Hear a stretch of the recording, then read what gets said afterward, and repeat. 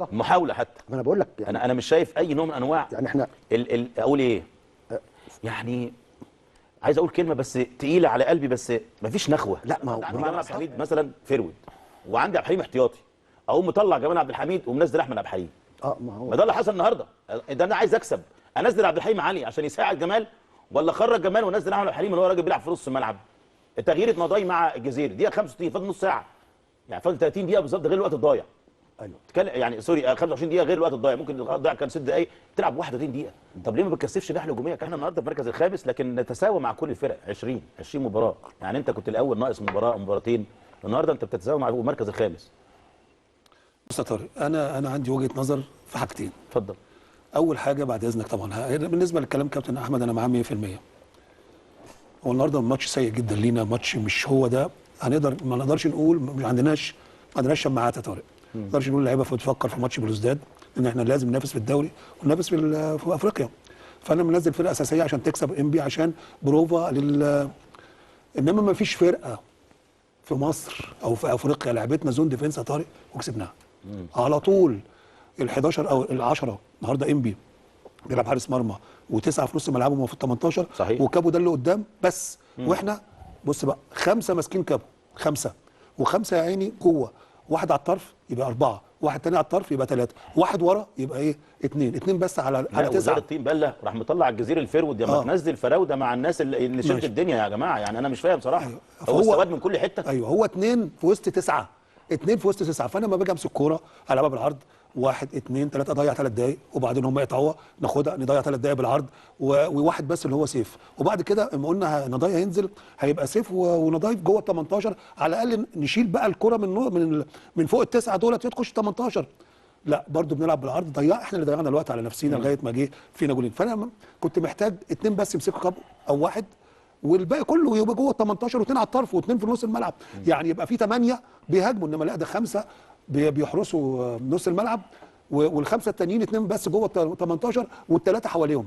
فده طبعا يعني ما تجيبش جول ابدا خالص. يعني حتى الفرصه الوحيده اللي جت نضاي لعبها بدماغه وجت في القائم وكان في 2 وراه، والكورنر اللي طلع الونش يلعبها بدماغه هو حسام عبد المجيد. وكره مصطفى شلبي الشوط الاول اللي غمض فيها دي وحطها بعيد. انا بقول ماشي ممكن اقرب فرص للزمالك. وبتاعت الونش اللي حطها بدماغه كور ثابته، الكور متحركه. وبعدين دي حاجه. الحاجه الثانيه بقى عايز اقول لك حاجه طارق، احنا وحشين، احنا النهارده ماتش وحش، بس انا كنت عايز حقي بقى.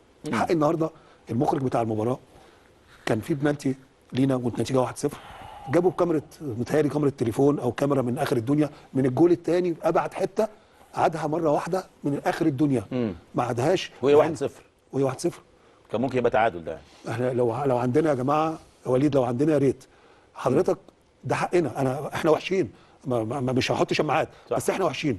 المخرج ده اسمه هشام عبد الودود، معروف ان هو اهلاوي، بس دي مهنيه بقى. انت راجل السيده رئيسه القناه السيده نائله والمدير البرامج الرياضيه اداك مسؤوليه تكون محايد فيها، طلعت فيها الانتماء بتاعك، وده ما ينفعش. بدليل الانذار اللي خده حسام عبد المجيد كان على 18.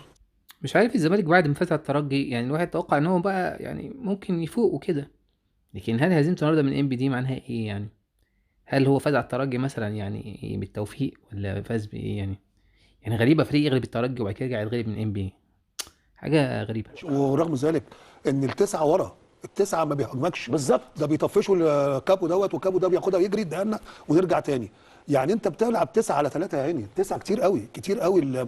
الزون ديفنس اللي عمله ام بي كتير على لعيبتنا جدا المهاجمين. مستوى لعيبه كابتن احمد الاقيه ماتش في السماء وماتش في الارض. ده ناتج، انا بعتبره الاعداد قبل المباراه، النفسي قبل المباراه اعداد سيء. انت اللعيبه اللي انت بتتكلم عليها وانا وجمال وعبد الحليم بنتكلم عليهم دول، نسبه عاليه منهم كتير جدا كانوا سبب في حصول الزمالك على البطولات. نسبه عاليه منهم كانوا مستواهم كان رائع قبل كده. حصل دروب، حصل هبوط في المستوى الفني. التعامل النفسي والفني مع هؤلاء اللاعبين، انا طبعا يعني عبد الحليم قال لك في محدوديه في امكانيات بعض اللاعبين، طبعا كانوا هم نفس اللعيبه دول خدنا بيهم البطولات. كان الاعداد النفسي والفني لفريق نادي الزمالك ككل اعداد جيد جدا.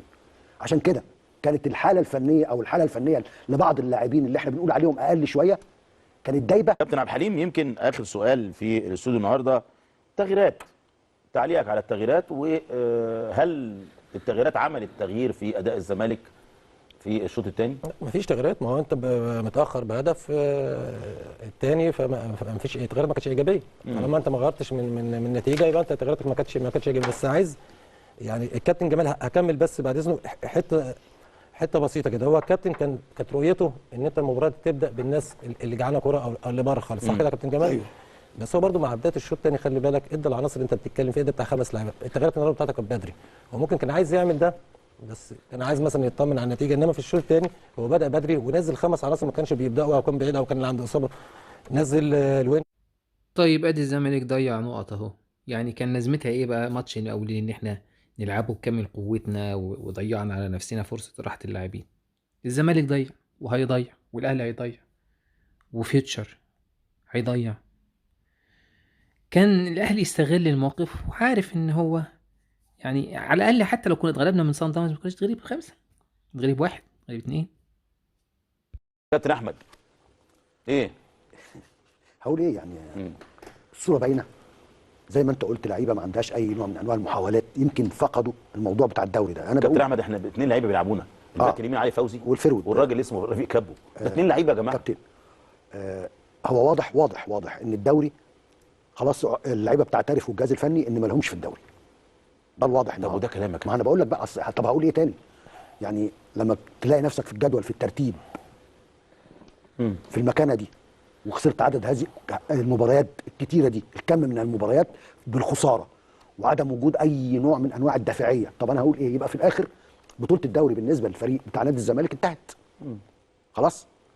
هو حتى البروفا لمباراه بلوزداد ما كانتش موجوده. بص يا طارق، ايه ده؟ في ايه يا جماعه؟ يعني الكلام ده موجود، ما بنقولش حاجه ما حصلتش او ما شفناش. ما شفناش، شفناها مره واثنين وثلاثه واربعه واتكررت كتير هذا الموسم، وكان نتيجتها ان انت تلاقي نفسك في الجدول انت في المركز السادس تقريبا او حاجه. النهارده يا كابتن انت ممكن تبقى 7 8 في الاسبوع الجاي. يعني انت بص، مش هتلعب الاسبوع الجاي عشان انت زايد بماتش، واخد زايد بالك؟ بماتش. فده نتيجه طبيعيه للحاله السيئه اللي تيم نادي الزمالك كان بادئ بيها الموسم، والكلام ده انا ما زلت مصمم عليه.